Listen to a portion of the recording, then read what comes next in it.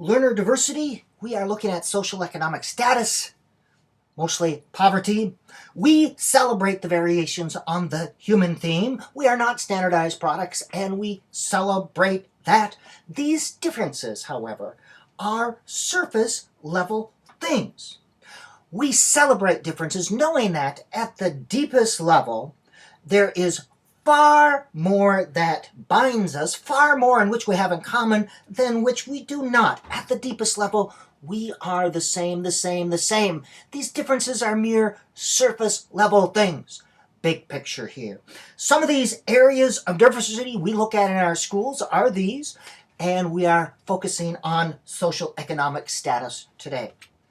Thinking about what binds us, what do all humans want, regardless of their circumstance or place? What do they all strive for or to be or become? We all want these things, whether we are in second grade or 72 years old. All parents want to be able to raise their children, to care for their families in peace. And all humans want to pursue their dreams, to be joyful and to find meaningful endeavors.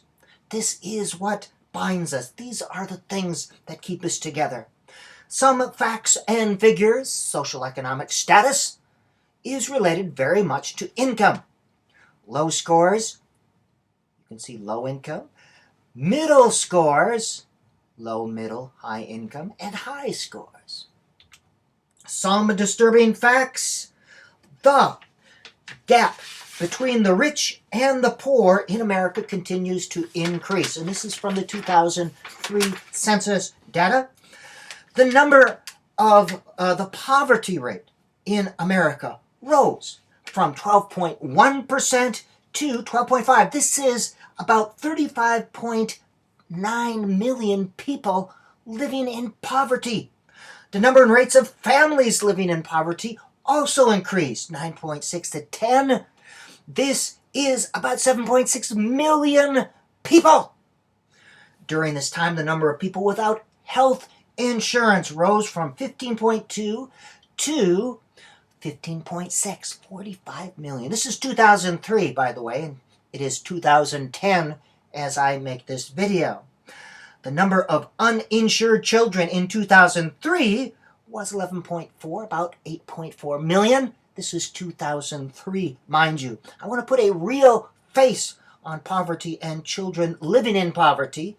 I've included some pictures so that you can see numbers in poverty, how this has changed. This is number in millions from 1990 to 2003. Millions, again, put it in another form from 2005, and you can find these facts, figures, and graphs in a variety of places. Rates of poverty related to race and ethnicity. You can see it's higher for people of color. There are reasons for that. Our job is to find out what those reasons are and try to eliminate those. Here's the number of poverty and poverty rates from 59 to 2009. That gives us a good overview. 59. Numbers and rates, the numbers have gone up. Rates went down initially, but now they are moving back up to 14.3%. A little perspective. These are where poverty is the highest, and you can see it down in these southern states. I live in Minnesota. This has not as much, but it is an issue wherever we go. Children living in poverty, and this is some of the sad stuff that you see. 2008, broken down by ethnicity. By race, I'm sorry. Okay. Share of income, low income, single mother families. And you can see that these have risen since 79, high in 2000, 2004. The impact on education. It has a tremendous impact on education. It affects the cognitive development of children and the school. Poverty is the cause. Poor test scores are the effect.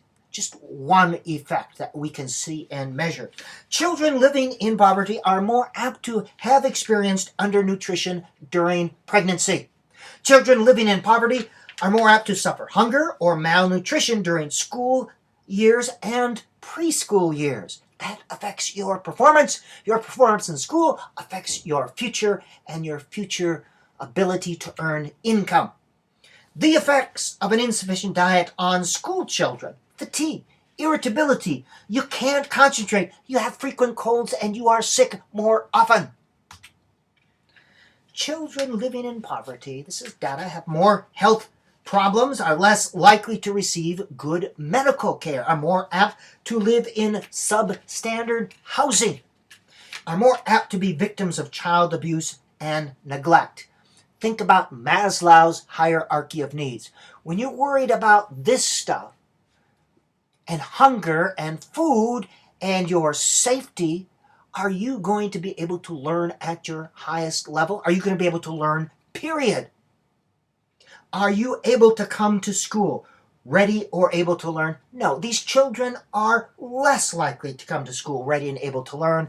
They are behind, even when they start. That is not fair. In terms of academic schools, children living in lower socioeconomic status areas tend to have less access to books, social networks, people talking about things, and are less apt to have computers. They are less likely to have acquired knowledge of the world from outside their home or neighborhood. And knowledge about the world builds your cognitive networks. The knowledge you have in your head enables you to learn and understand more. Children living in low SES tend to enter kindergarten and first grade with lower verbal reading and math skills when compared to their peers. When compared to their peers, they've made smaller gains than other children by the end of third grade. They're more apt to be absent or move around and more apt to fail in school. Why would we want this? One of the best research-based strategies, I've said this before, is called breakfast. One of the best research-based strategies are those strategies to alleviate poverty, to alleviate bad or no health care. Children living in poverty are more apt to be recommended for placement in remedial or special education programs. Does this mean that people living in poverty, children, adults, are not as smart or as capable? Certainly not. That would be a spurious correlation, but there tend to be situations and circumstances. They are 5 times more apt to drop out of high school. Here are some very real faces. Reading test scores: eligible, not eligible for free lunches, eligible, not eligible, eligible. Being eligible for free lunch is one measure of social economic status. You can see the difference in test scores. Writing scores, same thing. As the percentage of students who are eligible for free lunch increased, the scores decreased. Same in mathematics. Percentage increase, scores decrease. So, our educational response. I'll be looking at this in the next video.